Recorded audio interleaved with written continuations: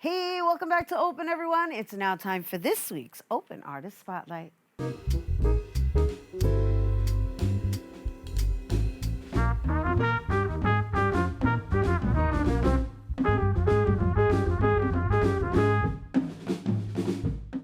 This week's Open Artist Spotlight features a spoken word artist from the Bronx who's using his experiences, knowledge, and talent to help elevate his community. Here now to perform his piece, Era. Please welcome Ameresoul!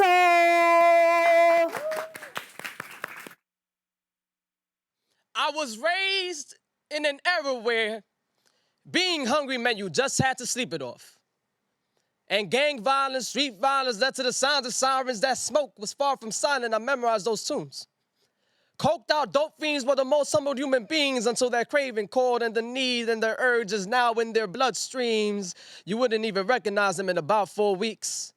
And there's mistakes now run through your mind and you remember the time they said, don't do drugs, young man, as they helped you with the grocery bags up the staircase.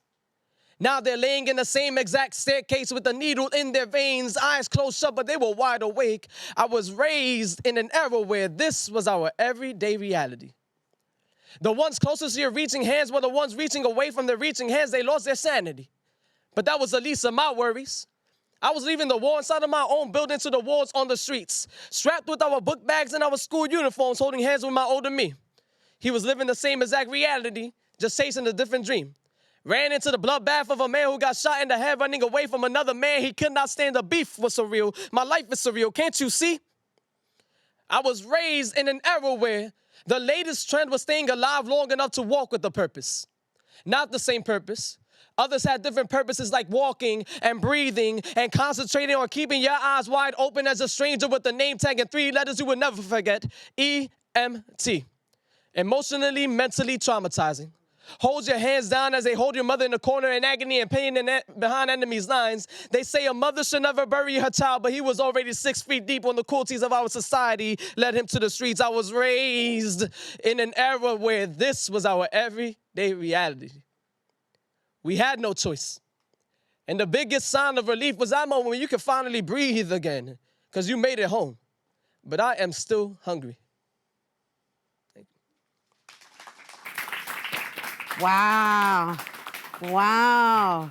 Oh my, oh my, oh my. That is some like deep diving. Thank you. Yeah, so what era are we talking about? I'm 26 years old now. I was born and raised in the hybrid section of the Bronx, so when I'm speaking in that poem, it's all truth. I used to go down the staircase and just run into like somebody who you just see deteriorating right in front of you, and you didn't even notice it at all. And this was like early 90s, and I'm the youngest out of 8, and then there's 2 cousins who's the other 2.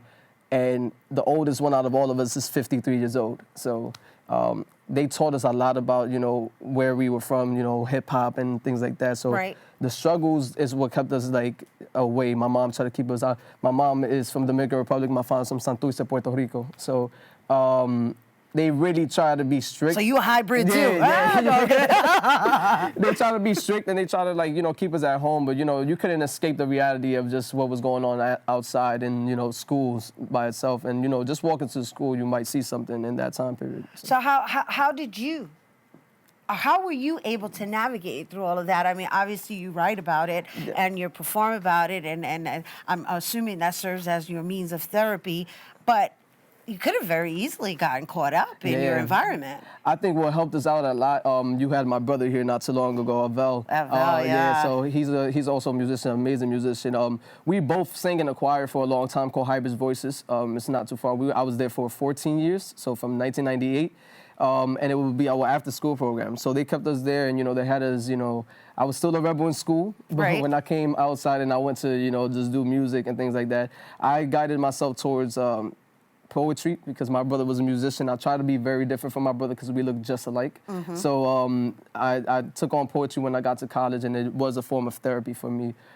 just dealing with everything that we were dealing with growing up in that section specifically, because I'm like right off of Ogden Avenue and University, and it's just a rough neighborhood, and we were right in the middle of it. So. Right. That's what's up. It's lovely when you can just speak authentically and just say, hey, this is what I'm made of. Yeah, exactly. And I deal with a lot of people from my community as well. And, you know, it's sometimes kids just need guidance, and they need to see somebody who made it. So what do you do aside from this? Aside from this, I mean, I'm a man that wears a lot of hats. My job, my actual career is security and surveillance for the hypersection. I do overnights when I do that.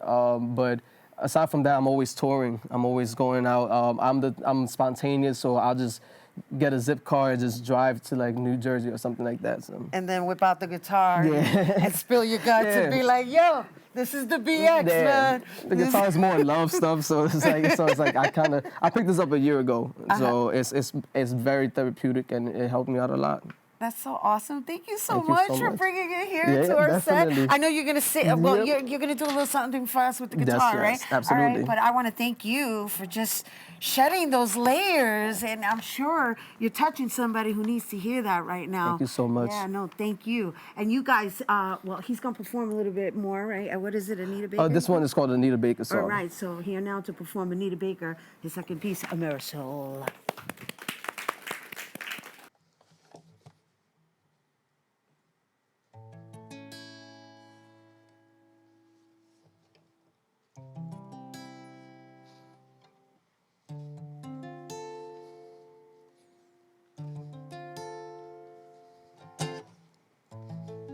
You said that you're sorry,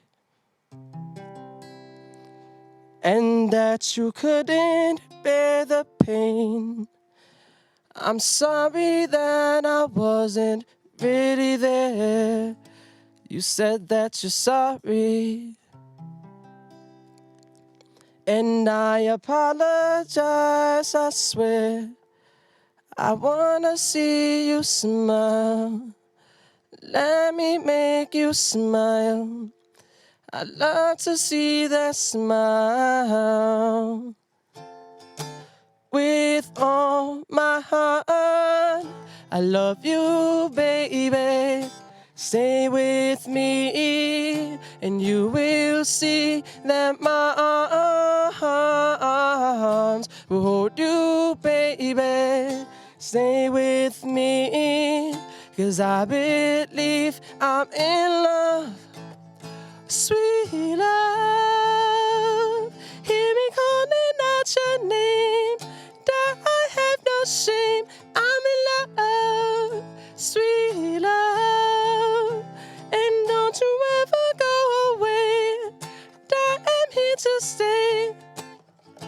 If I told you that my tongue whispered your name every time I found something wrong with every breath that I tried to take, just to feel like I was going to be okay, would you look at me the same?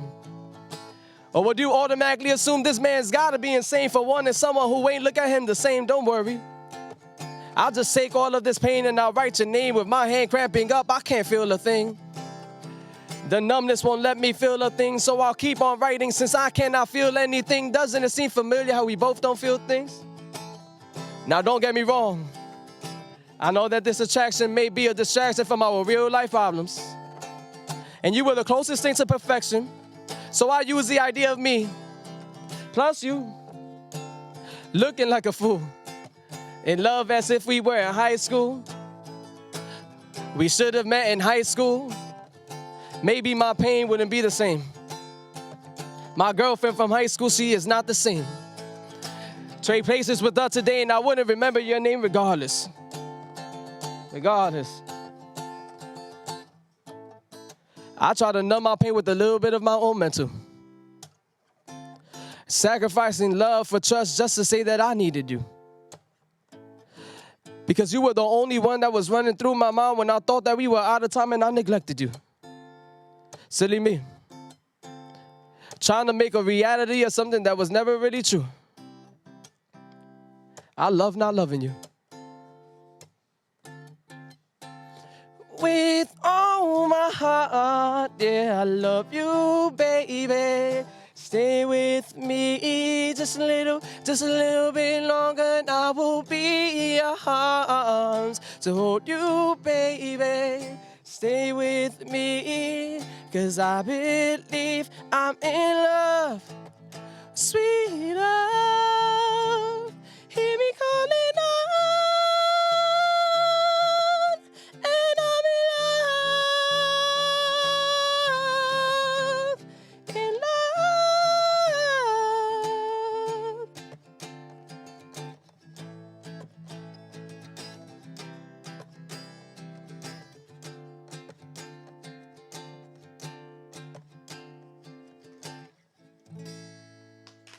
Thank you. Ameresoul, ay Dios mío, me tienes llorando. I'm like, ay bendito, yo te quiero, mami.